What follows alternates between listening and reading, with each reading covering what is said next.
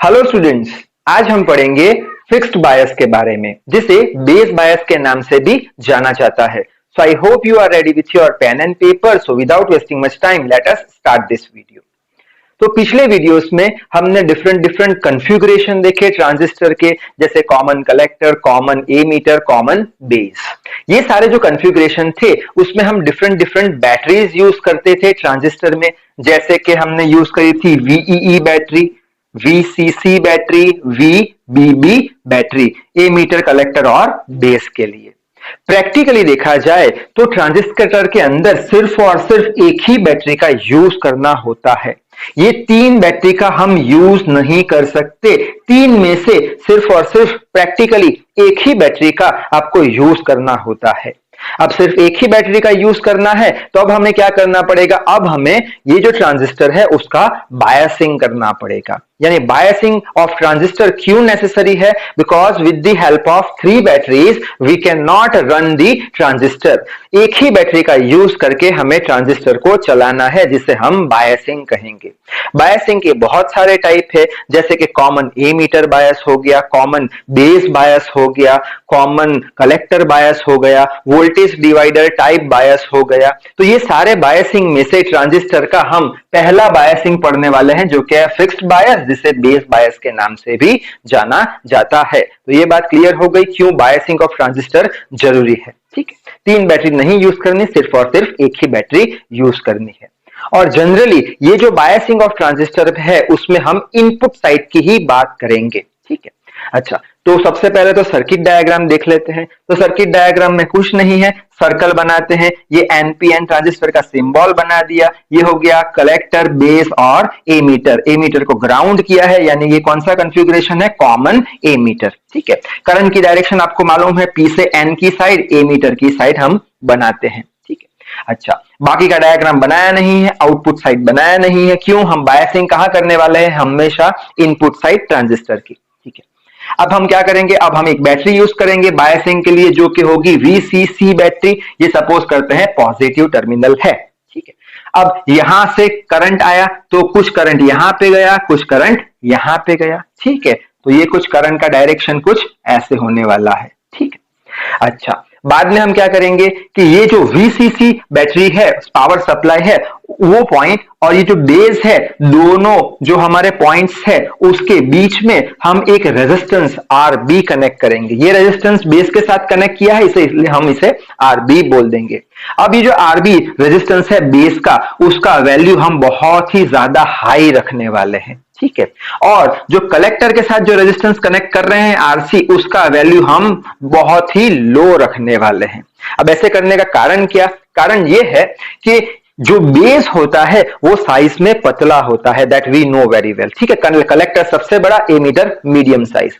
अब बेस में से हम ज्यादा इलेक्ट्रॉन फ्लो नहीं करा सकते। क्यों? साइज छोटा है, ज्यादा इलेक्ट्रॉन डालोगे, ज्यादा करंट डालोगे तो बेस क्या हो जाएगा? डैमेज हो जाएगा। इतने सारे इलेक्ट्रॉन को रख नहीं पाएगा, इतने सारे करंट को, इतना पतला जो हमारा स्पेस है वो रख नहीं पाएगा, बेस रख नहीं पाएगा। तो हमें क्या करना पड़ेगा? बेस में से कम करंट फ्लो कराना पड़ेगा। अगर बेस में से कम करंट फ्लो कराना है तो हम क्या कर देंगे? बेस का जो रेजिस्टेंस है उसे हम ज्यादा रख देंगे। अगर रेजिस्टेंस ज्यादा रख दिया बेस का, तब बेस के अंदर अब कम करंट फ्लो होने वाला है, यानी आईबी का वैल्यू कैसा होगा? अब कम होगा। क्यों? रेजिस्टेंस ज्यादा है तो ये करंट को ज्यादा ऑपोज करेगा, तो बेस में से कम करंट फ्लो होने वाला है, तो हमारा जो ट्रांजिस्टर है वो डैमेज होगा नहीं। ठीक है, अच्छा, अब यहां पे हम क्या करने वाले हैं? ये जो हमारी बैटरी है उसका वैल्यू फिक्स है, और ये बेस का जो रेजिस्टेंस है उसका भी वैल्यू फिक्स कर देंगे। ठीक है, अच्छा, अब ये जो हमारा जो ट्रांजिस्टर बनाया है वो कैसे आप लिखोगे? वो यहां पे लिख के रखा है, हाई रेजिस्टर आरबी।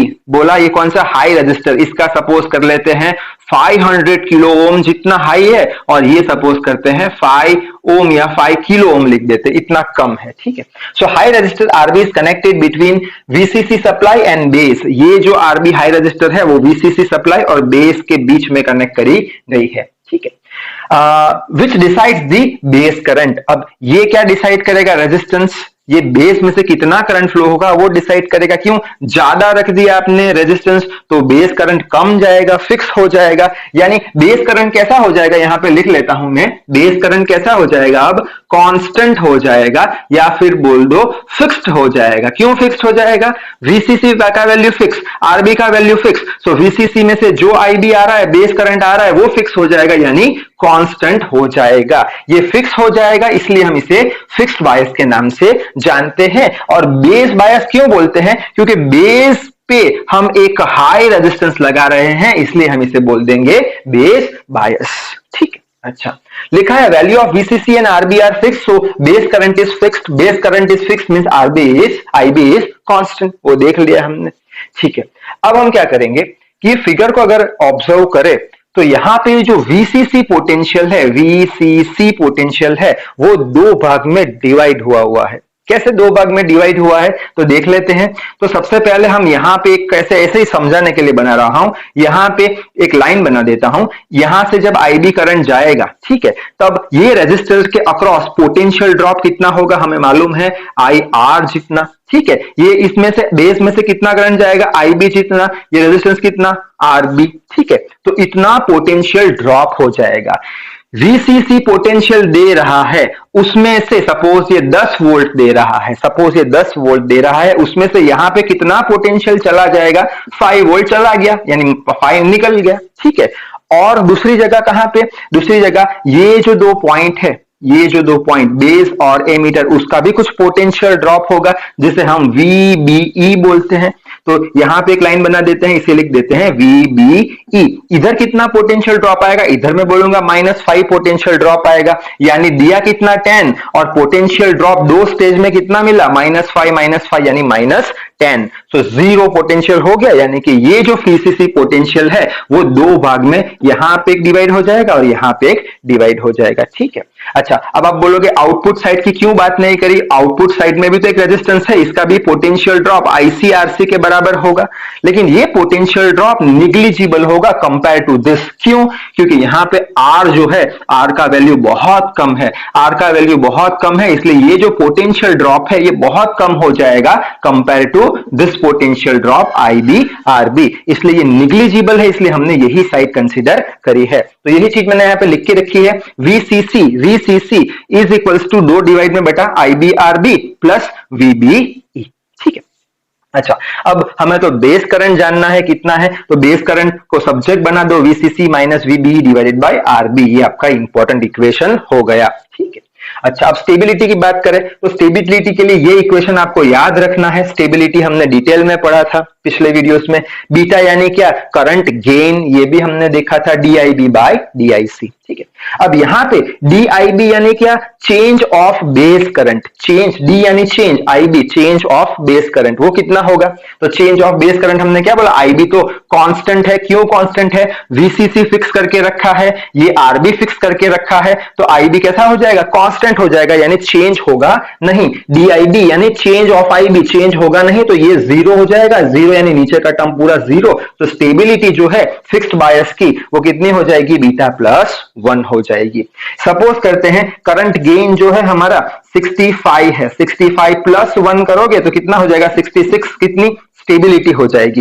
यानी स्टेबिलिटी किसमें वेरी कर रही है, 65 टू 66 में वेरी कर रही है, यानी स्टेबिलिटी इसकी अच्छी है, स्टेबिलिटी अच्छी है, यानी Q पॉइंट भी ज्यादा वेरी नहीं कर रहा, ऑपरेटिंग पॉइंट कांस्टेंट रह रहा है, जिससे करके आउटपुट में हमें अच्छा सिग्नल मिल जाएगा। ठीक है, अच्छा तो ये सारी बात हो गई ये हमारे बेस बायस की। अब एग्जाम में आपको एडवांटेज भी लिखने पड़ेंगे। तो फर्स्ट एडवांटेज क्या है, circuit is simple, less number of components are used. ठीक है, डिसएडवांटेज क्या है, value of IC depending on beta.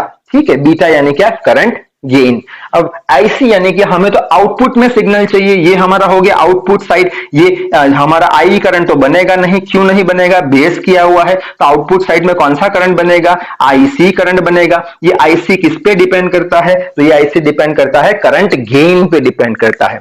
हमने पिछले वीडियोस में पढ़ा था कि इनपुट साइड अगर छोटा सा पोटेंशियल वेरी कराओगे तो आउटपुट साइड बहुत सारा करंट वेरी होगा।